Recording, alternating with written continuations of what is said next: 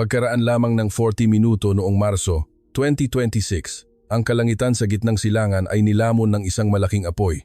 Sinimulan ng Iran ang pinakamalaking pag-atake ng paghihiganti laban sa United Arab Emirates. 186 ballistic missiles at mahigit 800 suicide drones ang inilunsad. Nagkaisa ang mga eksperto sa militar sa buong mundo. Walang sistema ng pagtatanggol sa himpapawid sa buong mundo ang kayang ganap na salagi ng isang pag-atake sa ganitong kalaking sukat. Ngunit ang tanawin na naganap sa kalangitan ng Dubai noong gabing iyon ay isang bagay na hindi inasahan ng sinuman. Ang naghuhulugang missiles ay isa-isang sumabog sa himpapawid, nawawala na parang kabute, at mas nakakagulat pa. Ang mga nanatili hanggang sa huli sa Air Defense Operations Center ay hindi mga aktibong miyembro ng militar. Habang isinisigaw sa kanila na lumikas, patuloy silang nakaupo sa harap ng mga console, nagpapaputok ng mga interception missiles, ay mga pribadong technician mula sa Pilipinas. Ano nga ba ang nangyari sa kalangitan ng Dubai noong gabing iyon? Kung nais ninyo, mangyaring mag-subscribe at mag-like sa channel. Ngayon, ikukwento ko ang mga pangyayari noong gabing iyon. Ang Air Defense Operations Center ay umalingaw-ngaw sa tunog ng mga pagsabog pagkalipas lamang ng hating gabi. Nakatayo ako sa harap ng tactical table, nakatitig sa monitor. Sa sumunod na sandali, hindi ko napigilan ang aking hininga. Sunod-sunod na lumitaw ang mga pulang tuldok mula sa hilagang direksyon. Hindi, isa o dalawa, dosena.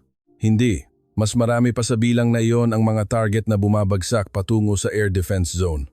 Sa bawat pagkakataon na nagdaragdag ang sistema ng bagong target, sunod-sunod na maririnig ang maikli at mahinang tunog ng babala mula sa console. Sa kung saan, may isang nagbabasa ng mga numero sa isang kalmado na boses. Ang bilang ng mga target ay patuloy na tumataas. Sa sandaling iyon, sa wakas, ay naintindihan ko. Hindi ito isang drill. Muli akong magpakilala. Ang pangalan ko ay David Carter. Ako ay isang senior military analyst sa isang US defense think tank at dati ay isang opisyal sa US Air Force. Isang taong nag-aral ng Integrated Air Defense Strategy na nakasentro sa Patriot sa loob ng mahigit 20 taon. Sa araw na iyon, narito ako sa Dubai para lamang sa isang evaluation trip. Ito ay talaga lamang isang simpleng business trip. Sa sandaling lumabas ako sa gate ng airport, isang 35-degree na tuyong hangin ang bumalot sa aking mukha. Ang aking baywang, na namanhid sa 15 oras na flight, ay bahagyang kumirot. Ngunit mas inaalala ko ang draft ng ulat sa loob ng aking bag kaysa sa pisikal na pagod. Ang pamagat ay Operational Evaluation ng Filipino Air Defense System. Bago ako umalis sa Washington, paulit-ulit na umalingaw-ngaw sa aking isipan ang sinabi ng aking boss. Tingnan mo kung gaano ito kapakinabangan. Ang kanyang tono ay parang nagpapadala siya sa akin bilang isang appraisal specialist ng segunda manong kotse, ngunit wala akong sinabi dahil ang conclusion ay napagdesisyonan na bago pa man ako umalis. Hindi pa ako nakakita ng anumang talaan ng isang Filipino Air Defense System na matagumpay na nagtatanggol laban sa isang aktwal na ballistic missile attack. Hindi namin kayang gumawa ng isang talaan na hindi umiiral. Sa totoo lang, hindi ko masyadong sineseryoso ang biyaheng ito. Kinikilala ko ang katotohanan na ang Pilipinas ay nakabuo ng isang air defense system. Narinig ko na mayroon itong mapagkumpetensyang presyo at mabilis na delivery. Alam ko rin na mabilis silang kumikilos sa merkado ng gitnang silangan. Ngunit bilang isang military analyst, ang aking pamantayan sa paghusga ay iisa lamang. Napatunayan na ba ito sa labanan? Sa tanong na iyon, ang Filipino Air Defense System ay wala pang napatutunayan. Maraming mga armas na cost-effective sa mundo. Ngunit ang pagiging mura at pagiging maaasahan ay ganap na magkaibang kahulugan. Bago pa man ako dumating sa Dubai, natapos ko na sa aking isipan ang isang pangungusap ng konklusyon ng aking ulat. Walang datos ng praktikal na pagpapatunay. Ang pagtatasa ng pagiging angkop sa operasyon ay nakabinbin. Iyon ang aking konklusyon. Hindi bababa sa ganon ito hanggang noong gabing iyon. Bago pa man ako dumating sa Dubai, natapos ko na ang konklusyon ng aking ulat. Walang datos ng praktikal na pagpapatunay. Ang pagtatasa ng pagiging angkop sa operasyon ay nakabinbin. Iyon ang huling pangungusap sa aking isipan. Nakasakay sa itim na SUV ng liaison officer ng UAE, walang-wala akong nakatitig sa labas ng bintana. Sa isang hapon ng pagulan, ang skyline ng Dubai ay kahanga-hangang nakalatag. Ang sikat ng araw ay sumasalamin sa mga salaming pader ng daan-daang metro na matatayog na gusali, at ang lungsod ay nagniningning na parang isang higanteng salamin. Ito ay tiyak na isang magandang lungsod. Ngunit sa halip na pagmasdan ang kahanga-hangang tanawin na iyon, inilalarawan ko sa aking isipan ang tanawin ng mga ballistic missile na bumabagsak sa kalangitan ng lungsod na ito. Ang bilis ng pagpasok muli ng warhead, ang mga katangian ng trajectory ng paglipad, ang window ng oras para sa interception. Sa geographical na aspeto, ang lungsod na ito ay hindi isang lugar na madaling ipagtanggol. At ang marupok na kalangitan na iyon ay binabantayan ng isang air defense system na wala pang napatutunayan. Ang liaison officer sa tabi ko ay masigasig na nagpapatuloy sa kanyang paliwanag, ngunit tumango lamang ako ng tahimik. Dahil sa aking puso, mayroon na akong sagot. Ang Air Defense Operations Center ay matatagpuan sa loob ng isang lubhang protektadong lugar sa labas ng Dubai. Isang pasilidad na napapalibutan ng dose-dosenang makakapal na pader na konkreto at ang laki ng gate ay mas malaki kaysa sa aking inaasahan. Isang lalaki ang naglakad mula sa dulo ng mahabang pasilyo, si Colonel Faisal Al-Nuaim. Tila nagtapos siya sa Royal Military Academy ng Britanya, naglalakad ng matuwid at ang kanyang pakikipagkamay ay nakakagulat na matatag. Tila lubos siyang nagtitiwala sa pagpapatupad ng teknolohiyang Filipino. Ipinaliwanag niya na ito ay resulta ng masusing pagsusuri at ang pinakaangkop na pagpipilian para sa mga pangangailangan sa depensa ng UAE. Tumango ako ng bahagya, iniisip sa aking sarili. Siyempre, sasabihin ng bumili na maganda ito. Ang tanong ay kung totoo nga ba ito. Sa sandaling pumasok ako sa pangunahing bulwagan ng Operation Center, nakita ko ang mga higanteng monitor na nakahanay sa buong pader. Ang real-time na data ng aviation ay dumadaloy sa gitna ng tactical table. Sa iba't ibang bahagi ng screen ay ipinapakita ang mga interface sa wikang Filipino. Bagaman hindi ko maintindihan ang mga salita, ang layout ng screen mismo ay kahawig ng mga air defense system na pamilyar sa akin. Ngunit sa pagkakita nito, sa halip na maging kampante, mas lalo akong nag-ingat. Alam ko sa aking karanasan na ang pagiging magkatulad sa hitsura ay hindi nangangahulugang magkatulad din ang pagganap. Di nagtagal, nagsimula ang briefing ni Colonel Faisal. Ang distansya, oras ng pagtugon, at bilang ng mga target na maaaring salagin ng sabay-sabay ang mga numerong ipinapakita ay hindi masama. Sa katunayan, ang ilang mga item ay mas mahusay kaysa sa aking inaasahan. Ngunit habang isinusulat ko ang mga numero sa aking notebook, paulit-ulit kong inuulit ang parehong mga salita sa aking isipan. Ang mga numero ay mga numero lamang. Ang Patriot ay isang sistema na nagtipon ng napakalaking datos sa loob ng mga dekada ng aktwal na labanan mula pa noong panahon ng Gulf War. Ang bigat niyon ay ganap na naiiba. Natapos ang briefing.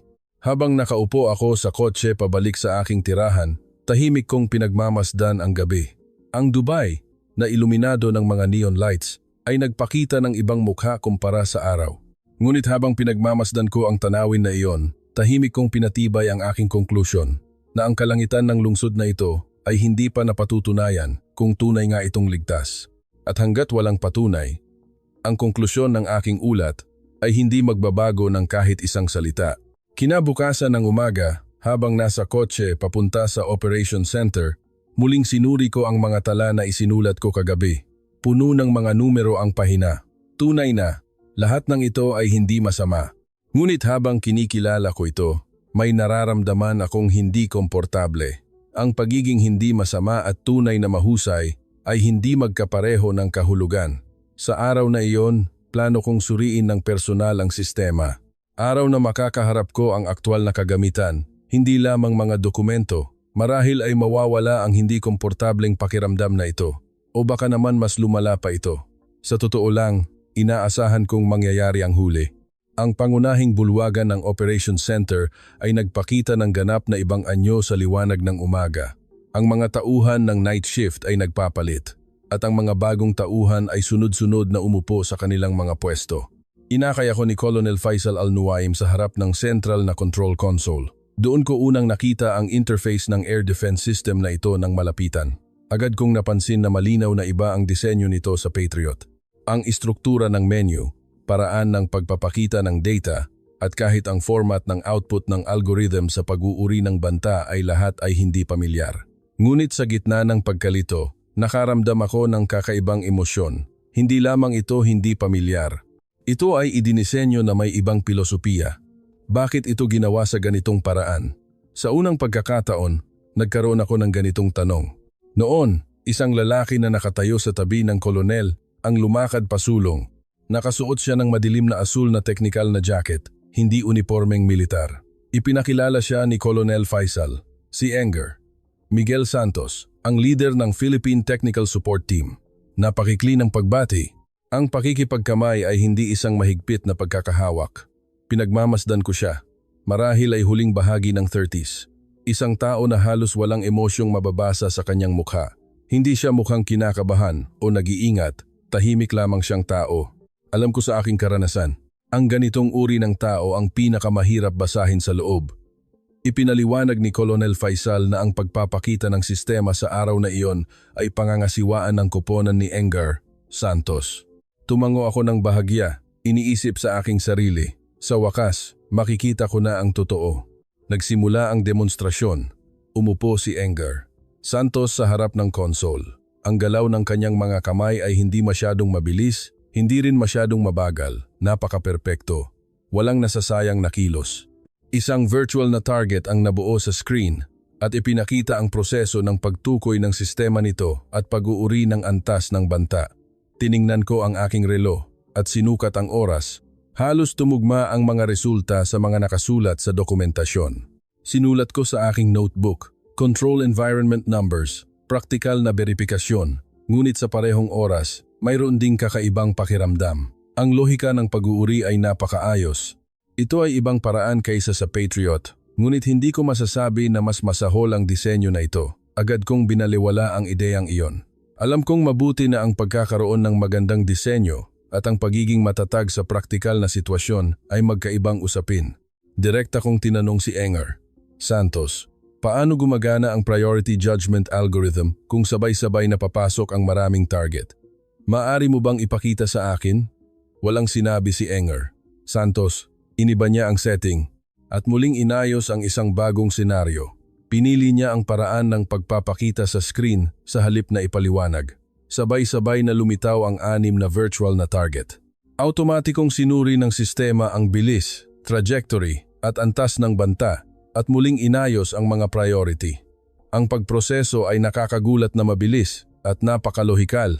Nakapamaywang akong nakatitig sa screen, hindi masama. Sa totoo lang, mas mahusay ito kaysa sa inaasahan ko, ngunit hindi ko binigkas ang pagtatasa na iyon. Dahil hindi ko malalaman kung anong praktikal na datos ang batayan ng algorithm na ito sa pamamagitan lamang ng pagtingin sa screen. Pagdating ng hapon, isa pang inhenyero ang dumating sa Operation Center. Isang babae na ang pangalan ay Enger Sofia Reyes. Ipinakilala siya ni Colonel Faisal bilang ang algorithm engineer. Isang babae na nasa unang bahagi ng 30s. At may hawak na tablet. Matapos magpalitan ng pagbati, agad niyang ipinakita sa screen ang simulation data ng missile trajectory analysis. Ito ay isang algorithm na real-time na bumabaliktad sa trajectory ng ballistic missile at kinakalkula ang pinakamainam na interception point. Ang bilis ng pagproseso ay mas mabilis kaysa sa aking inaasahan. Napakabilis ng bilis ng pagpapakita ng mga resulta. Tinanong ko ang tungkol sa saklaw ng error sa pagkalkula. Walang sinabi si Enger Reyes.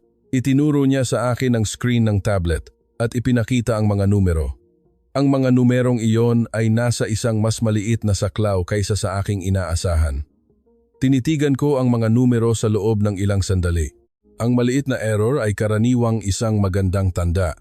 Ngunit agad kong inayos ang aking pag-iisip. Oo, isang mahusay na makina. Ngunit gagana ba ito ng parehong paraan kapag may lumipad na totoong missile? Habang papalabas ako sa Operations Center, tinanong ko si Colonel Faisal Al-Nuaim. Mayroon ba kayong aktwal na talaan ng labanan? Nag-alinlangan si Colonel sandali, tila pumipili ng mga salita, pagkatapos ay taos-pusong sumagot, wala pa. Inasahan ko ang sagot na iyon, ngunit sa sandaling muling nakumpirma ang katotohanan iyon, biglang lumamig ang aking isipan. Ang conclusion ay nananatili. Sa kotse pabalik sa aking tirahan. Pinagmamasdan ko ang night view ng Dubai. Tunay na isang magandang lungsod, ngunit ibang ideya ang sumagi sa aking isipan. Bilang isang makina, mahusay itong gawa. Ngunit kapag lumipad ang totoong missile, makakayanan ba talaga ng sistemang ito? Wala pa ang sagot na iyon. At hanggat hindi lumalabas ang sagot na iyon, hindi magbabago ang conclusion ng aking ulat. Noong gabing iyon, hindi ako makatulog. Nakahiga sa kama, nakatitig sa kisame. Paulit-ulit kong iniisip ang mga tanawin na nakita ko noong araw. Ang figura ni Enger. Santos na tahimik na nagpapatakbo ng sistema. Ang figura ni Enger. Reyes, na ipinapakita ang mga numero ng saklaw ng error sa tablet. Hindi masama. Talagang hindi masama. Ngunit gayunpaman, hindi ko pa rin marating ang panghuling conclusion. At sa sandaling iyon, napansin ko rin ang isa pang kakaibang pakiramdam. Hindi ko alam kung ano ito. Kakaiba ba ito? O isang uri ng hindi mapakali na pakiramdam. Tiningnan ko ang orasan at 2 ng umaga na. Bumangon ako sa kama at uminom ng tubig na mineral na nakapatong sa mesa. Sa labas ng bintana, nagniningning pa rin ang mga ilaw ng lungsod. Ang Dubai ay isang lungsod na hindi natutulog. Pagdating ko sa Operations Center kinabukasan ng umaga, iminungkahi ni Colonel Faisal na subukan kong makipag-usap ng direkta sa pangkat ng mga inhenyero mula sa Pilipinas. Tinanggap ko ang mungkahi. Sa katunayan, pakiramdam ko ay kailangan ko rin iyon. Ano man ang makina, sa huli ay ang tao ang nagpapatakbo nito. Gaano man katumpak ang algorithm, kung gumuho ang taong nakaupo sa harap ng console, sa sandaling iyon ay tapos na ang sistema. Ngunit sa totoo lang, may isa pang dahilan. Nagsisimula na akong magtaka tungkol sa mga inhenyero na iyon. Bakit napakatahimik nila? Bakit napakakaunti ng kanilang mga salita? Kalmado ba sila? May kumpiyansa ba sila? O sadyang ganoon lang ang kanilang pagkatao? Nais kong malaman iyon. Nakaupo si Enger. Miguel Santos, sa harap ng isang maliit na mesa sa technical space. 2 laptop ang nakahanay at mga kable ang nakabigkis. Nakatitig siya sa screen, may ginagawang check-up. Nang mapansin ako, bahagya siyang nag-angat ng tingin. Hinila ko ang upuan sa tabi niya at umupo. Hindi ito isang formal na setting. Tahimik lamang kaming dalawa na nakaupo ng magkatabi. Unang tanong ko, gaano katagal binuo ang sistemang ito? Sumagot si Enger. Santos nang hindi inaalis ang kanyang mata sa screen. Kung bibilangin mula sa pangunahing disenyo ng radar algorithm, humigit kumulang 12 taon. Nawalan ako ng salita sa loob ng ilang sandali. 12 taon. Napakabigat ng numerong iyon. Parang buong kabataan ng isang tao ang nakapaloob sa loob ng panahong iyon. Nagtanong ako muli, ano ang pinakamahirap na bahagi sa pagbuo? Inalis ni Enger. Santos ang kanyang kamay sa keyboard at bahagyang tumingala na parang tinitingnan ng langit at maikling sumagot, ang kakulangan ng praktikal na datos. Maaari kaming gumawa ng maraming simulation, ngunit siyempre, wala kaming datos na nakuha sa mga sitwasyon kung saan aktwal na lumilipad ang mga ballistic missile. Kaya naman, wala kaming magagawa kundi hulaan ang pinakamaraming posibleng variable at isama ang mga ito sa disenyo. Habang pinapakinggan ko ang mga salitang iyon, nakaramdam ako ng kakaibang emosyon. Naiintindihan din ng taong ito. Ang problema na pinoproblema ko, sa sandaling iyon, napagtanto ko ang isang bagay. Malaki ang pagkakaunawa ni Enger. Miguel Santos, sa parehong problema ko, at hindi niya sinubukang itago iyon. Walang pagdadahilan, walang pagmamalabis. Nagsasalita lamang siya ng katotohanan. Hindi ko palubos na naiintindihan kung saan nanggagaling ang pagiging tapat na iyon. Ngunit may isang bagay akong sigurado, naiintindihan ng taong ito ng eksakto ang mga kahinaan ng kanyang sistema. At siya ay isang taong hindi nagtatago niyon. Sa sandaling iyon, pumasok si Enger. Sofia Reyes, sa silid na may hawak na tablet. Sinabi niyang binago niya ang isang bahagi ng algorithm kagabi. Tinanong ko ang dahilan. Ipinaliwanag niya na matapos ang aking tanong kahapon, pinag-isipan niyang muli ang saklaw ng error at nakahanap ng paraan upang mas lalong paliitin ito. At sinabi niyang nagtrabaho siya buong magdamag para sa pagbabago na iyon. Nawalan ako ng salita sa loob ng ilang sandali. Ako, sa aking tirahan, ay nagpapagulong-gulong at nakatitig sa kisame, samantalang ang taong ito ay buong gabi na muling sumusulat ng algorithm. Sinuri ko ang binagong mga numero. Tunay na, mas lumiliit pa ang saklaw ng error. Ngunit wala namang anumang bakas ng pagmamalaki sa mukha ni Enger. Reyes. Tahimik lamang ang mukha ng isang taong tapos na sa kanyang trabaho. Kami ay pinapamahalaan lamang ang sistema, sabi ni Enger Reyes. Habang pinapakinggan ko ang mga salitang iyon, wala akong maisagot. Pagdating ng hapon, tumayo si Enger Santos sa harap ng whiteboard at ipinaliwanag ang kabuuang arkitektura ng sistema. Ang estilo niya ay nagdidrawing ng diagram gamit ang marker habang nagpapaliwanag. Radar module, data processing server, interception control interface, paano konektado ang bawat isa, at anong mga desisyon ang automatikong pinoproseso at anong mga desisyon ang ipinapasa sa operator. Paulit-ulit akong nagtanong sa gitna. Pinakinggan ko habang ikinukumpara sa Patriot. Ang ilang mga disenyo ay tunay na naiiba, ngunit mayroon itong malinaw na dahilan. At sa totoo lang, sa ilang bahagi, naramdaman ko na mas mahusay itong disenyo. Kinilala ko ang katotohanan iyon sa aking isipan, ngunit wala akong isinulat sa aking notebook. Hindi pa panahon para magbigay ng konklusyon. Ang konklusyon ng aking ulat ay nanatili pa rin. Walang datos ng praktikal na pagpapatunay. Ang pagtatasa ng pagiging angkop sa operasyon ay nakabinbin. Dahil gaano man katapat ang mga inhenyero, ang pangungusap na iyon ay isang katotohanan. Paglabas ko sa Operation Center, tiningnan ko ang kalangitan. Isang malinaw na asul na kalangitan na walang ulap. Ngunit napansin ko na bahagyang iba ang hitsura ng base kaysa sa karaniwan. Ang mga sasakyang militar ay mas abala kaysa sa dati. Maikli at putol-putol ang tunog ng radyo mula sa direksyon ng communication area. Ngunit hindi ko pa rin masyadong pinansin. Inakala kong isang drill lamang sa kotse pabalik sa aking tirahan. Ipinikit ko ang aking mga mata. Sumagi sa aking isipan ang tahimik na mukha ni Enger Santos. Naalala ko rin ang algorithm na binago ni Enger Reyes ng magdamag. Ngunit sadyang isinantabi ko ang mga ideyang iyon. Ang pagiging tapat ng mga inhenyero at ang pagiging epektibo ng sistema sa praktikal na sitwasyon ay magkaibang usapin. Muli kong pinatibay ang aking conclusion sa aking isipan. Ngunit noong gabing iyon, hindi ko pa alam ang katotohanan na hindi matatapos ang conclusion na iyon. Ilang sandali bago maghating gabi, tumunog ang telepono. Mula kay Colonel Faisal Al-Nuaim. Iba ang tono ng kanyang boses kaysa sa dati. Pumunta ka agad sa Operation Center. Iyon lang ang sinabi niya. Tumalon ako mula sa kama, kinuha ang aking bag. Ang aking mga kamay ay kusang gumalaw ng mabilis. Sa kotse papunta sa Operation Center, patuloy na nagniningning ng maliwanag ang gabi ng Dubai. Ngunit may nagbago. May mga sasakyang militar na mabilis na dumaan sa kabilang kalsada ng walang sirena. Sumunod pa ang isa. Wala akong sinabi.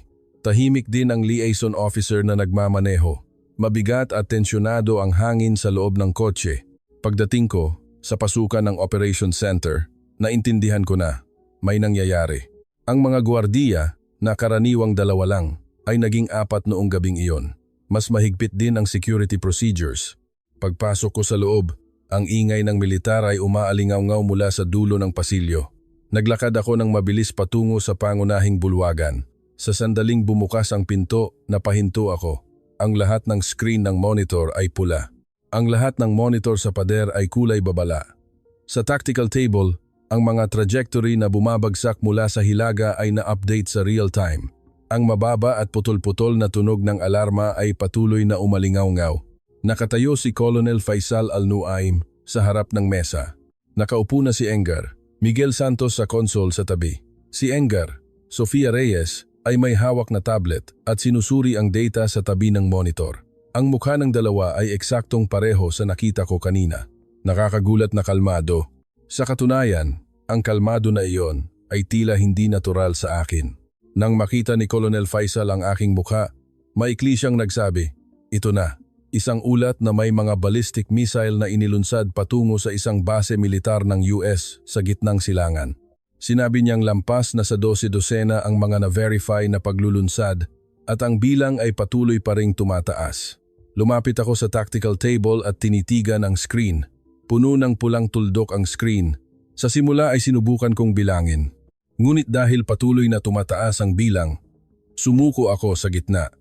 Nagtrabaho ako bilang military analyst sa loob ng 20 taon. Ngunit ito ang unang pagkakataon na nakita ko ang paglulunsad ng ganitong kalaking sukat. Tinanong ko si Colonel Faisal, mayroon bang mga missile na target ang Dubai? Tinitigan ni Colonel ang monitor at maikli siyang sumagot. Mayroon. Mayroon pa ring hindi kumpirmado ang trajectory, ngunit mayroong ilang trajectory na posibleng patungo sa direksyon ng syudad. Sa sandaling narinig ko ang mga salitang iyon, nanatili akong walang magawa sa loob ng ilang sandali. Sa loob ng 20 taon, bilang isang analyst, sumulat ako ng libu-libong pahina ng mga ulat. Gumuhit ako ng mga senaryo ng digmaan at kinakalkula ang mga posibilidad ng interception. Ngunit lahat ng iyon ay mga pagkalkula sa mesa. Ang nasa harap ko ay hindi papel. Ito ay totoo. Sabay-sabay na kumilos ang Operations Center. Nagbigay ng mga utos si Colonel Faisal. Sabay-sabay na kumilos ang mga tauhan sa bawat console. Ang radyo ay nagkakagulo. Naghahalo ang Ingles at Arabic. Ngunit sa gitna ng kaguluhang iyon, hindi gumalaw si Enger Santos. Nakaupo siya sa harap ng console, nakatitig lamang sa screen. Tahimik lamang ang kanyang mga daliri na gumagalaw sa keyboard, pinaghahambing ni Enger Reyes ang data sa tablet at monitor. Maikli silang nag-uusap sa Filipino. Hindi ko naintindihan ang kahulugan ng mga salita, ngunit naramdaman ko ang tono ng kanilang boses. Hindi ito nag-alinlangan. Nakatayo ako sa tabi ni Colonel Faisal, patuloy na nakatitig sa screen. Ang bilang ng mga target ay patuloy na tumataas. Lumagpas ito sa timpungto. Pagkatapos ay 60. Dahan-dahan akong huminga. 3 araw na ang nakalipas, sumagi sa aking isipan ang sinabi ng aking boss sa runway sa Washington. Tingnan mo kung gaano ito kapakinabangan. Naalala ko ang mga salitang iyon at napasimangot. Oo, makukumpirma nga ito. Ngunit hindi sa paraan na gusto ko. Sa screen, ang mga pulang tuldok ay bumabagsak patungo sa Dubai. At sa ilalim niyon, ang air defense system na hindi ko pinagkakatiwalaan 3 araw na ang nakalipas ay tahimik na nagsimulang gumana.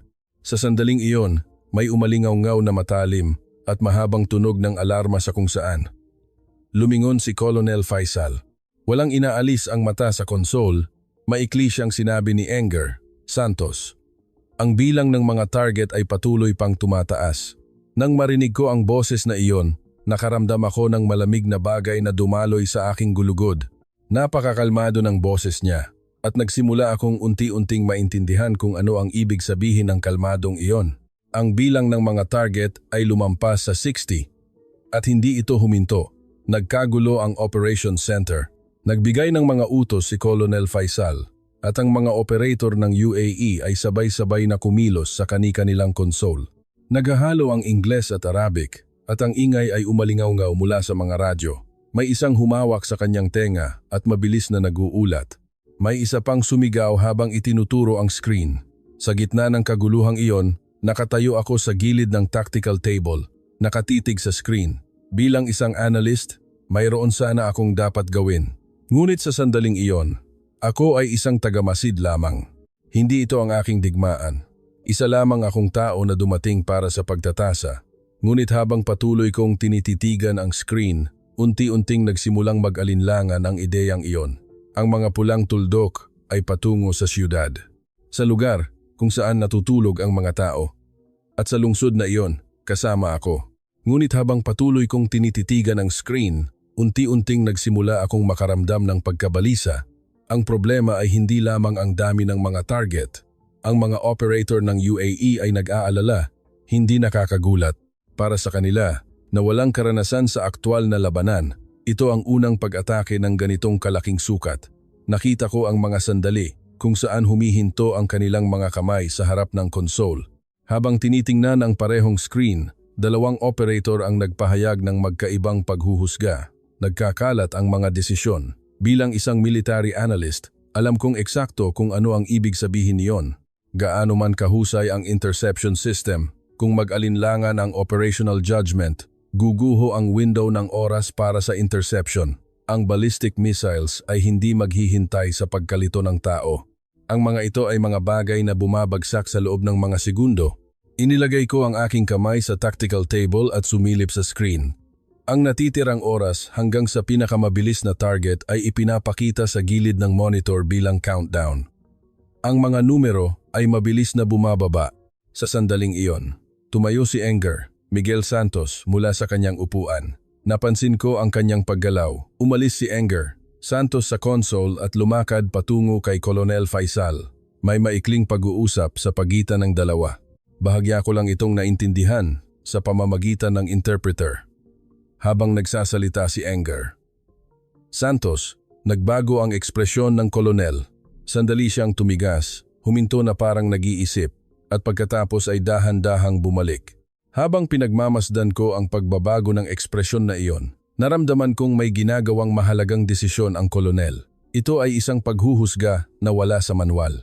Ngunit sa operations center na ito, wala nang anumang nangyayari ayon sa manual. Di nagtagal, tahimik na tumango si Colonel Faisal. Lumingon si Anger, Santos at may maikling sinabi kay Anger. Sofia Reyes sa Filipino. Hindi ko naintindihan ang kahulugan ng mga salita, ngunit naintindihan ko ang nangyari pagkatapos niyon. Umupo si Anger, Santos sa sentral na control console. Umupo si Anger, Reyes sa auxiliary seat sa tabi niya. Hinati nila ang mga tungkulin. Si Anger, Santos ang bahala sa pag-uuri ng target at pagtukoy ng priority ng interception, habang si Anger, Reyes ang bahala sa trajectory calculation at timing ng interception. Walang sino man ang nagtaas ng boses. Maikli lamang ang patuloy na pag-uusap sa Filipino.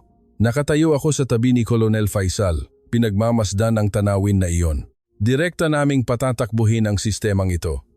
Iyon ang sinabi ni Anger, Santos sa Colonel, ayon sa interpreter. Isang maikling pangungusap, ngunit ang mga salitang iyon ay ganap na nagpabago sa kapaligiran ng Operations Center. Inalis ng mga operator ng UAE ang kanilang mga kamay sa console, at ang mga pwestong iyon ay pinuno ng 2 inhenyero mula sa Pilipinas.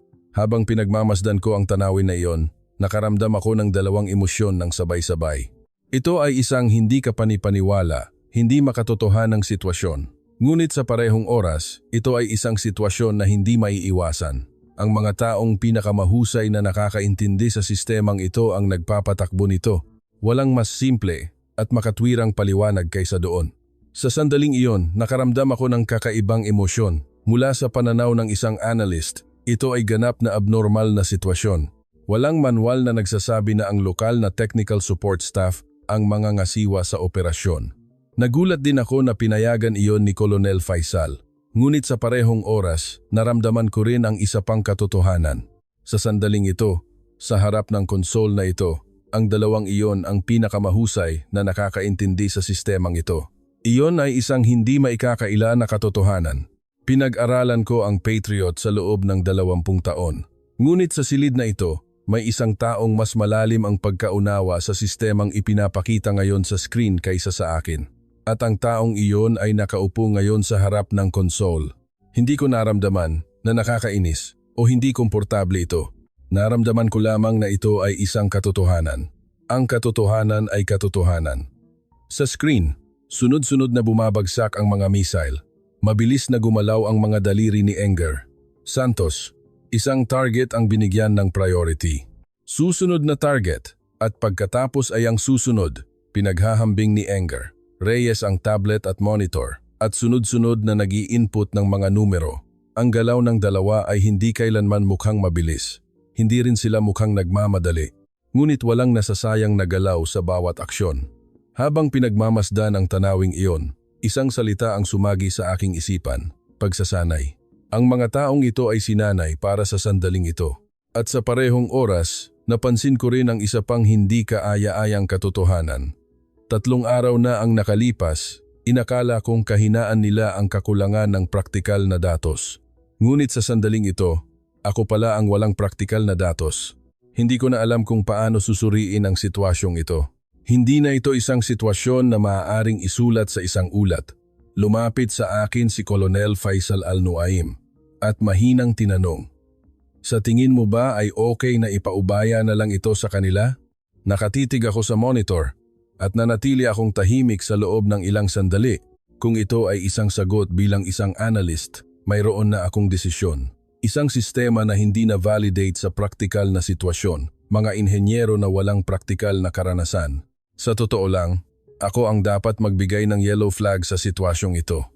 Ngunit ngayon ay hindi na ito isang ulat. Ang mga missile ay bumabagsak na patungo sa Dubai. Walang oras. Lumingon ako kay Colonel Faisal at tahimik na sinabi, "Ipinapaubaya ko ang desisyon sa Kolonel." Idinagdag ko, ako ay isang evaluator, hindi isang commanding officer. Bahagyang tumango si Colonel Faisal. Ngunit sa kanyang mga mata ay nakita ko ang pinaghalong kumpiyansa at pagkabalisa. Kilala ko ang mga matang iyon. Ang ekspresyon na nakita ko mula pa noong una ko siyang makita ilang araw na ang nakalipas. At ngayon, ang tingin na iyon ay nakatuon kay Engar, Miguel Santos. Di nagtagal, lumingon si Colonel Faisal at nagbigay ng utos. Ilipat ang lahat ng operasyonal na autoridad sa koponan ni Engar. Santos, biglang tumahimik ang Operation Center. Nagtinginan ang mga tauhan. Ngunit sa sumunod na sandali, muling kumilos sila. Ngayon, walang pag-aalinlangan. Iisa lamang ang direksyon. Umurong ako ng isang hakbang. Sa screen, patuloy pa ring bumabagsak ang mga pulang tuldok. Sa harap ng console, patuloy na nagtatrabaho si Engar, Miguel Santos at Engar, Sofia Reyes. Tinitigan ko ang likod ng dalawang iyon. Kung 3 araw na ang nakalipas, iba ang iisipin ko sa pagkakita ng tanawing ito. Isang sistema na hindi na-validate. Mga inhenyero na walang praktikal na karanasan. Isang walang ingat na desisyon. Ngunit ngayon, sa sandaling ito, wala akong masabi. Ang countdown sa monitor ay patuloy na bumababa sa bawat sandali. Nagsisimula nang pumasok ang mga target sa interception zone. Maikli ang sabi ni Engar. Santos, kinumpirma ni Engar, Reyes ang mga numero, at sabay-sabay na inilagay ng dalawa ang kanilang mga kamay sa console. Hindi ko napigilan ang aking hininga. Malapit na. Ang countdown ay bumaba na sa 2 digit. Muling maikli ang sabi ni Engar. Santos, kinumpirma ni Engar, Reyes ang mga numero. Sabay-sabay na nagsimula ang dalawa sa operasyon.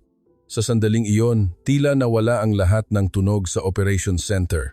Ang mga boses sa radyo, ang tunog ng kultura, ang ingay na pinaghalong Ingles at Arabic lahat ay biglang tumahimik sa sandaling iyon. At sa screen, inilunsad ang unang interception missile. Isang puting tuldok ang lumitaw sa launch monitor. Umaakyat ito patungo sa target. Sa isang bilis na hindi ka pani-paniwala, hindi ko maiwasang tingnan ang screen.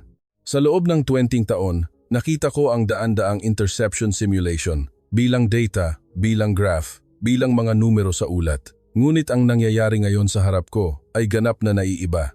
Bumaba ang totoong missile mula sa himpapawid. At ang sumalubong dito ay totoong missile din. Sa sandaling iyon maikli ang sabi ni Engar. Reyes, trajectory match. Naintindihan ko ang kahulugan niyon.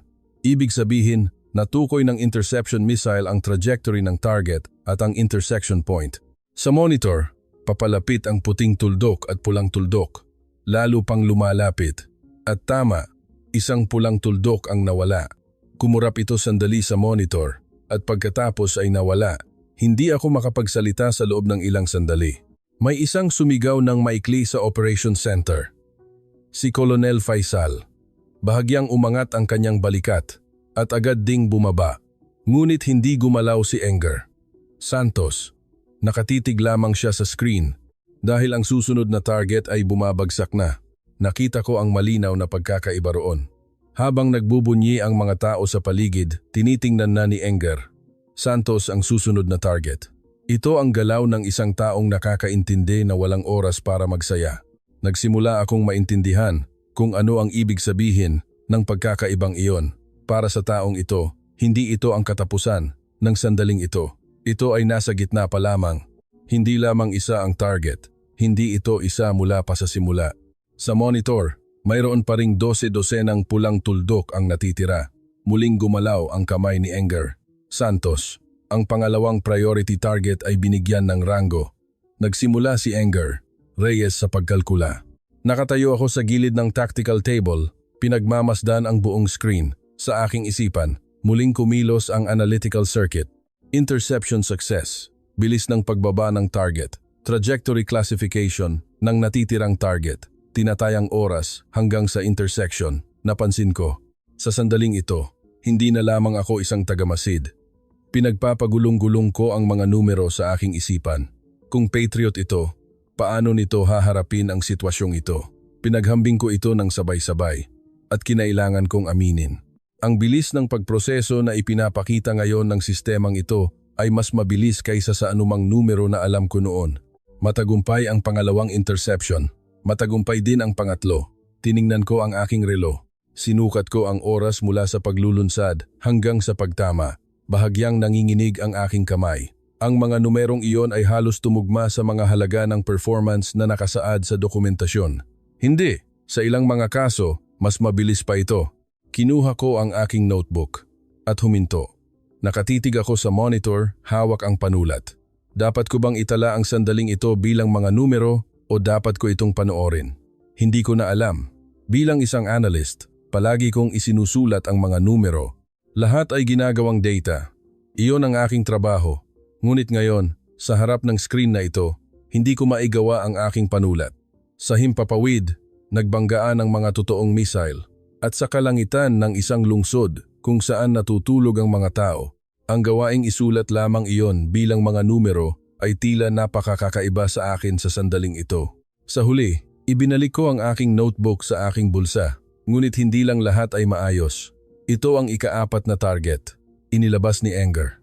Sofia Reyes ang resulta ng pagkalkula, tinitigan ni Enger. Miguel Santos ang monitor.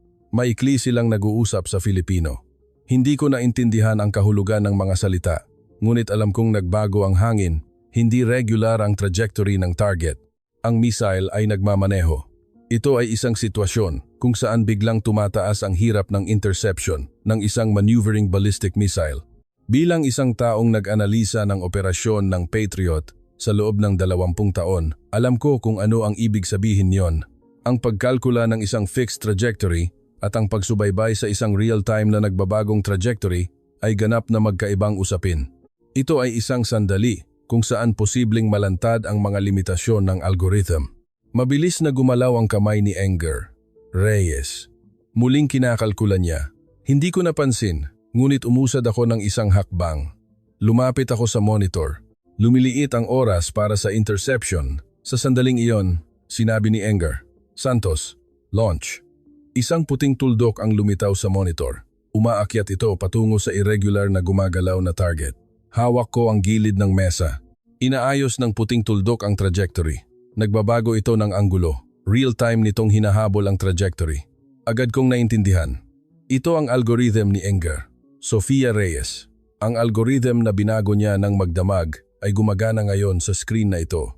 Palapit ng palapit ang puting tuldok at pulang tuldok. Lalo pang lumalapit. At tama, nawala ang pulang tuldok. Nakaramdam ako ng pagluwag ng aking mga kamay. Sa Operation Center, mas malakas na ang pagbubunyi. Maikli ang ulat ni Colonel Faisal sa radyo. Ngunit hindi inaalis ni Engre. Reyes ang kanyang mata sa tablet. Nagsimula na siyang sa susunod na pagkalkula. Ganon din si Engre. Santos. Nakaupo siya sa harap ng console, tinitingnan ang susunod na target. Dahil ang susunod na missile ay bumabagsak na. Tinitigan ko ang likod ng dalawang iyon. Dalawang likod na nakaupo ng magkatabi sa harap ng console. Parang nakasakay sa likod nila ang kalangitan ng lungsod na ito. Habang pinagmamasdan ko ang tanawing iyon, nakaramdam ako ng kakaibang emosyon. Noong araw na dumating ako sa Dubai, inakala ko silang simpleng mga inhenyero. Mga taong namamahala sa sistema.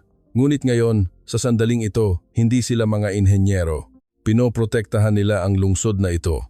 At gamit ang sistema na sila mismo ang gumawa, gamit ang kanilang sariling mga kamay. Hindi ko alam kung paano ko tatanggapin ang katotohanan ito. Sa unang pagkakataon, wala akong maisip na salita. Ang paghuhusga ng militar, ang konklusyon ng ulat.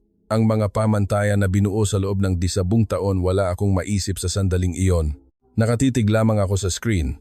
Nagpapatuloy ang interception. Launch, hit, paulit-ulit ang mga banggaan sa isang lugar sa kalangitan ng gabi. Binibilang ko ang mga numero na iyon. Sa bawat pagkakataon na tumataas ang bilang ng matagumpay na interception, may tahimik na gumuho sa aking isipan. Ito ang konklusyon na isinulat ko bago pa man ako umalis sa Washington. Walang datos ng praktikal na pagpapatunay. Pagtatasa ng pagiging angkop sa operasyon ay nakabinbin. Ang mga pangungusap na iyon ay isa-isang nawala sa harap ng monitor. At ang kalangitan ng Dubai ay patuloy na nananatili. Bago sumikat ang araw, hindi pa tapos ang operasyon. Ilang sandali pagkatapos ng 3 ng umaga, unti-unting nagsimulang tumahimik ang Operation Center. Tumigil ang tunog ng alarma. Isa-isang nawala ang mga pulang tuldok sa monitor at bumababa rin ang ipinapakitang trajectory sa tactical table. Dahan-dahan, bumalik sa orihinal na kulay nito ang buong screen. Nakatayo ako sa harap ng tactical table, pinagmamasdan ang pagbabagong iyon. Naramdaman kong mabigat ang aking katawan. Hindi ko namalayan, ngunit hawak ko ang gilid ng mesa sa magkabilang kamay at namuti ang mga buko ng aking daliri. Operasyon, tapos na. Maikli ang sabi ni Colonel Faisal Al-Nuaim sa radyo. Sabay-sabay na huminga ng malalim ang mga tauhan ng Operation Center. May bumaba ang balikat na parang nawalan ng lakas. Ito ang sandali kung saan sa wakas ay nabitawan ng mga taong matagal nang nagpapanatili ng matinding tensyon ang kanilang pagkakahawak. Habang pinagmamasdan ko ang tanawing iyon, tiningnan ko si Enger, Miguel Santos. Nakaupo pa rin si Enger. Santos sa harap ng console, dahan-dahang sinusuri ang data. Alam niyang tapos na ang operasyon, ngunit hindi siya agad tumayo mula sa kanyang upuan. Ganun din si Enger. Sofia Reyes. Hawak ang tablet, inaayos niya ang mga numero. Parehong nanatili ang dalawa sa harap ng screen kahit tapos na ang labanan. Nagsimulang tumanggap si Colonel Faisal ng ulat ng panghuling resulta ng interception. Nakatayo ako sa tabi niya at nakikinig. Binabasa ang mga numero. Isinulat ko iyon. Bahagyang nanginginig ang aking kamay. Habang isinusulat, hindi ako makapaniwala sa mga numero. Ang kabuuang bilang ng mga ballistic missile na inilunsad ng Iran, ang bilang ng mga target na nakumpirma patungo sa Dubai, at ang success rate ng interception. Dobleng tanong ko ang huling numero. Akala ko nagkamali ako sa pandinig. Bilang isang taong nag-analisa ng data ng aviation sa loob ng mga dekada, karaniwang hindi maiisip na ang ganitong mga numero ay lumabas sa praktikal na sitwasyon. Hindi ito isang kontroladong demo. Hindi rin ito isang drill. Ito ay isang sitwasyon kung saan aktwal na bumabagsak ang mga ballistic missile patungo sa isang aktwal na lungsod. Ngunit dahan-dahang muling binasa ni Colonel Faisal ang numero. Wala akong magawa kundi tanggapin iyon. Hindi ito ang air defense system na alam ko. Hawak ko ang aking notebook, nakatitig sa monitor. Nag-analisa ako ng air defense system sa loob ng 20 taon. Nakita ko ang data ng interception success rate ng Patriot ng daan-daang beses. Alam ko nang mabuti kung gaano kataas ang success rate na makukuha sa praktikal na kapaligiran. Ngunit ang mga numerong ipinapakita sa monitor na ito ay nasa isang antas na hindi umiiral sa anumang dokumentasyon na nakita ko noon, at ang mga kondisyon ay pinakamahirap. Unang praktikal na karanasan, maneuvering target. Bukod pa rito, ang mga nagpapatakbo ng console ay hindi mga sundalo kundi dalawang pribadong inhenyero. Habang iniisip ko ang tatlong kondisyon na iyon ng sabay-sabay, naramdaman kong huminto sandali ang analytical circuit sa aking isipan. Wala ni isang paborableng elemento, lahat ay hindi paborableng kondisyon, ngunit lumabas pa rin ang mga numerong ito. Isinulat ko ang mga numero na iyon sa aking notebook, at wala akong maisulat sa ilalim niyon. Sa unang pagkakataon, wala akong maisip na salita na dapat isulat bilang isang analyst. Dahan-dahan akong umatras at sumandal sa pader ng Operations Center. Sa labas ng bintana, nakalatag pa rin ang gabi ng Dubai. Madilim pa rin ang lungsod. Ngunit sa isang lugar sa kalangitan na iyon, nagbanggaan ang mga missile ilang sandali lang. At bilang resulta niyon, ang lungsod na ito ay nakatayo pa rin. Habang iniisip ko iyon, naaalala ko ang draft ng ulat na dinala ko mula sa Washington. Isang ulat na isinulat ko hanggang sa konklusyon. Walang datos ng praktikal na pagpapatunay. Pagtatasa ng pagiging angkop sa operasyon ay nakabinbin. Alam kong mabuti kung gaano kahalaga ang pangungusap na iyon ngayon. Sinulat ko na walang praktikal na datos. Ngunit ngayon lang, ito ay nilikha. At sa pinakamahirap na paraan, bago ako umalis sa Operations Center, lumakad ako patungo kay Colonel Faisal. Sinubukan kong may sabihin, ngunit nilunok ko ang mga salita. Tinanong ako ng Colonel, ano ang iniisip mo? Nag-alinlangan ako sandali, at taos-pusong sumagot. Mukhang kailangan kong muling isulat ang ulat. Ngumiti si Colonel Faisal. Iyon ang unang pagkakataon na nakita ko ang ekspresyon na iyon sa loob ng 3 araw. Hindi na ito ang tingin na nag-aalangan sa pagitan ng kumpiyansa at pagkabalisa na ipinapakita niya sa akin noon. Ito ay isang simpleng ngiti. Habang pinagmamasdan ko ang ekspresyon na iyon, naintindihan kong kinumpirma rin ni Colonel Faisal Al-Nuaim ang isang katotohanan ngayong gabi. Pareho kami. Ang bigat ng kumpirmasyong iyon ay tahimik na umiiral sa pagitan namin nang walang salita. Lumakad ako patungo sa console. Nakaupo pa rin si Engra, Miguel Santos at Engra, Sofia Reyes sa kanilang mga upuan. Patuloy sila sa pag-aayos ng data pagkatapos ng operasyon. Inisave ni Engra, Reyes ang data ng interception trajectory at pinagsasama ni Enger, Santos, ang operational logs ng gabing iyon bilang isang file. Anong algorithm judgment ang ginawa para sa bawat target? Optimal ba ang timing ng paglulunsad? Saan pa maaaring mapabuti? Nagsimula na silang magtala ng mga iyon. Hindi pa nga lumipas ang 1 oras mula nang matapos ang operasyon, ngunit ang dalawa ay naghahanda na para sa susunod.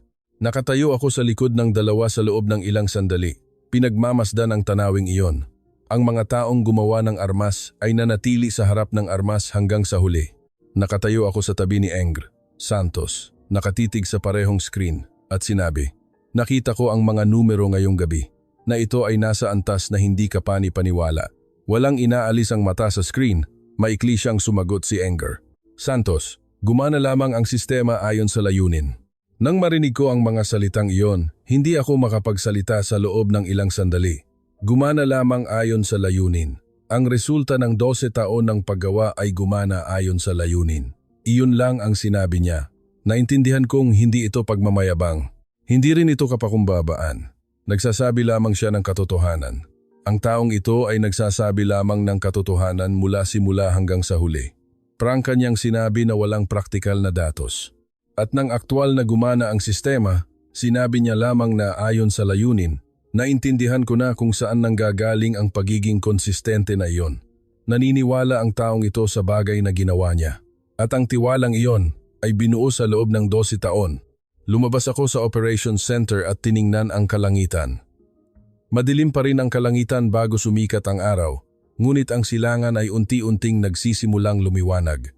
Habang pinagmamasdan ko ang kalangitan na iyon, naaalala ko ang araw na bumaba ako sa airport 3 araw na ang nakalipas. Noon, tinitigan ko ang kalangitan na ito, iniisip ang bilis ng pagpasok muli ng ballistic missile, at alam kong ang sistema na nagpoprotekta sa lungsod na ito ay hindi pa na-validate. Iyon ay isang katotohanan. Hanggang ngayon, totoo pa rin. Ngunit ngayon, sa sandaling ito, alam ko ang isa pang katotohanan. Ang katotohanan na pinrotektahan ng sistemang iyon ang kalangitan na ito ngayong gabi, at ang katotohanan na ang mga taong gumawa niyon ayon sa layunin ay nakaupo pa rin sa console, inaayos ang data. Matagal akong nakatingala sa kalangitan. Dahan-dahang lumiwanag ang umaga ng Dubai. Buhay pa ang lungsod na ito, at kailangan kong muling isulat ang aking ulat. Sumapit ang umaga. Pagbalik ko sa aking tirahan, umupo ako sa kama at binuksan ang aking notebook. Nakasulat doon ang mga numero na isinulat ko ngayong gabi. Interception success rate, oras mula sa paglulunsad hanggang sa pagtama. Resulta ng pagtugon sa maneuvering target. Matagal kong tinitigan ang mga numero na iyon. Dahan-dahang bumalik ang ugali ng isang analyst. Paano ko bibigyan ng interpretasyon ang mga numerong ito at paano ko ito isusulat sa ulat? Ngunit nang buklatin ko ang huling pahina ng notebook, hindi ko mahawakan ang panulat. Iyon ang lugar kung saan dapat isulat ang conclusion.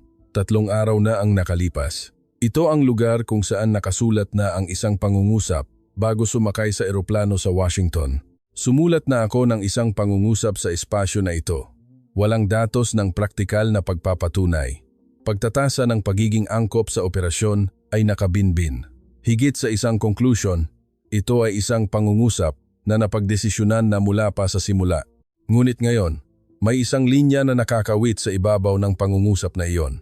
Isang linya na iginuhit ko mismo kagabi. Matagal kong tinitigan ang blankong espasyo. Pag-alis ko sa Washington, alam ko na ang conclusion. Hindi mapagkakatiwalaan ang isang sistema na hindi napatunayan sa praktikal na sitwasyon. Iyon ang pamantayan na pinanghawakan ko sa loob ng 20 taon. Hindi ito maling pamantayan. Sa palagay ko ay tama pa rin ang pamantayan mismo. Anumang sistema, anumang armas, ay isang hypothesis lamang hanggat hindi ito gumagana sa ilalim ng presyon ng praktikal na sitwasyon. Hindi pa rin nagbabago ang ideyang iyon. Ngunit kagabi, ang pamantayang iyon ay hindi na maaaring ilapat sa sistema. Napatunayan ang sistemang ito sa praktikal na sitwasyon. Sa panahong nanatili ako sa Dubai, Sa sandaling iyon na hindi ko mailagay ang aking notebook sa aking bulsa sa harap ng tactical table at nakatayo lamang, hawak ito sa aking kamay, hindi ko maiwasang baliwalain ang katotohanan iyon. Kung mayroong isang bagay na hindi dapat baliwalain ng isang analyst, iyon ay ang katotohanan na nasa harap niya. Isinara ko ang aking notebook at lumakad patungo sa bintana. Sa labas ng bintana, nakalatag ang Dubai. Maliwanag na ang kalangitan. Gumising ang lungsod ng tahimik na parang walang alam sa nangyari sa kalangitan nito kagabi. Mga taong naglalakad sa kalye, mga tindahang nagbubukas, mga sasakyang tumatakbo sa kalsada. Habang pinagmamasdan ko ang tanawing iyon, isang bagay ang sumagi sa aking isipan. Ilan kaya sa mga taong ito ang nakakaalam sa nangyari sa kalangitan ng lungsod na ito kagabi? Gaano kalala ang kalagayan ng kalangitan ng lungsod na ito kagabi? At paano ito pinrotektahan? Ilan kaya ang nakakaalam niyon? Tahimik lamang na sinalubong ng mga tao ang mapayapang umaga, nang hindi nalalaman kung saan nanggaling ang kapayapaan na iyon.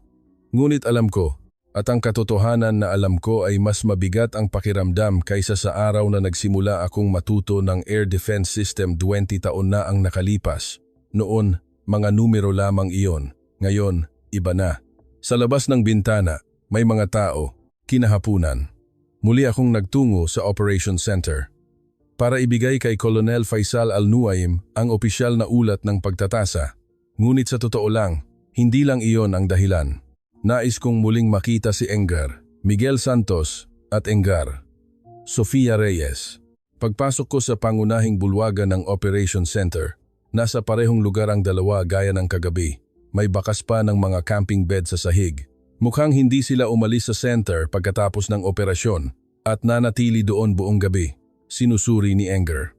Reyes ang trajectory data ng kagabi sa harap ng laptop, sinusuri ni Engar. Santos ang system logs, tinitingnan kung may anomalya. Habang pinagmamasdan ko ang tanawing iyon, huminto ako sandali sa pasukan. 3 araw na ang nakalipas. Inakala ko silang simpleng mga inhenyero, mga taong namamahala sa sistema. Hindi iyon mali. Ngunit alam kong hindi lang iyon ang lahat. Lumapit sa akin si Colonel Faisal. Tinanong kung anong klase ng ulat ang aking ilalabas. Nag-isip ako sandali. Sinusubukan kong pumili ng mga salita bilang isang analyst. Ngunit ang mga salitang iyon ay tila walang laman sa harap ng tanawing ito. Sa huli, taos-puso akong sumagot. Ang ipinakita ng sistemang ito ngayong gabi ay isang bagay na hindi ko kailanman nahulaan sa anumang pamantayan na mayroon ako bago ako dumating sa lungsod na ito. At naintindihan kong kailangan kong baguhin ang mga pamantayang iyon. Tahimik na tumango si Colonel Faisal. Hindi na kailangan ng karagdagang salita. Lumakad ako patungo kay Engar. Santos, ang totoo, balak kong pag-usapan ang nangyari kagabi. Ngunit nang aktwal akong tumayo sa harap niya, ibang mga salita ang lumabas. Nagtanong ako, kagabi, habang nakaupo ka sa harap ng console, hindi ka ba natakot? Itinaas ni Engar. Santos ang kanyang mata mula sa screen at tumingin sa akin. Bahagya siyang nag-isip. At sumagot, nagtiwala ako sa sistema, kaya hindi ako natakot. Nang marinig ko ang mga salitang iyon, nakaramdam ako ng isang bagay na tahimik na bumagsak sa kaibuturan ng aking dibdib. Nagtiwala ako sa sistema. Nagtiwala sila sa bagay na ginawa nila sa loob ng 12 taon. Hawak ang tiwala na iyon. Nakaupo sila sa harap ng konsol. Nag-analisa ako ng Patriot sa loob ng 20 taon.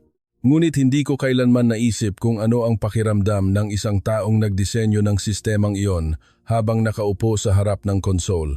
Para sa akin, palagi itong data, mga numero, mga performance table, at mga ulat. Ngunit para kay Engar, Santos, ito ay ang bagay na ginawa niya. Nagsisimula na akong maintindihan kung ano ang ibig sabihin ng pagkakaibang iyon. Habang pabalik sa aking tirahan, muli akong tumingala sa kalangitan. Ang kalangitan ng Dubai sa araw ay nagpakita ng isang transparent na asul. Ito ay eksaktong parehong kalangitan na nakita ko nang bumaba ako sa airport 3 araw na ang nakalipas. Ngunit ang aking sarili ay hindi na pareho. Kinuha ko ang aking notebook at binuksan ang pahina kung saan isusulat ang conclusion. May blankong espasyo doon. Isang lugar na hindi ko naisulat sa loob ng 3 araw. Dahan-dahan akong sumulat. Hindi nanginginig ang aking kamay. Ang bansa na gumawa ng armas ay may buong pananagutan sa armas na iyon hanggang sa huli. Iyon ang konklusyon ng pagtatasa na ito. At iyon ang tunay na patunay ng tiwala. Isinara ko ang aking notebook. Ang konklusyon na isinulat ko bago ako umalis sa Washington ay wala na roon. Sa lugar na iyon ay mayroong isang bagong pangungusap. Ang tunay na tiwala ay hindi nagmumula sa mga deklarasyon ng alyansa. Hindi rin ito nagmumula sa mga kontrata. Hindi rin ito nagmumula sa mga magkasamang pahayag. Nagmumula ito sa kung sino ang nananatili sa harap ng console sa sandaling bumabagsak ang mga missile. Natutunan ko iyon sa Dubai. Natutunan ko sa isang gabi ang bagay na hindi ko natutunan habang sumusulat ng libu-libong ulat sa loob ng 20 taon.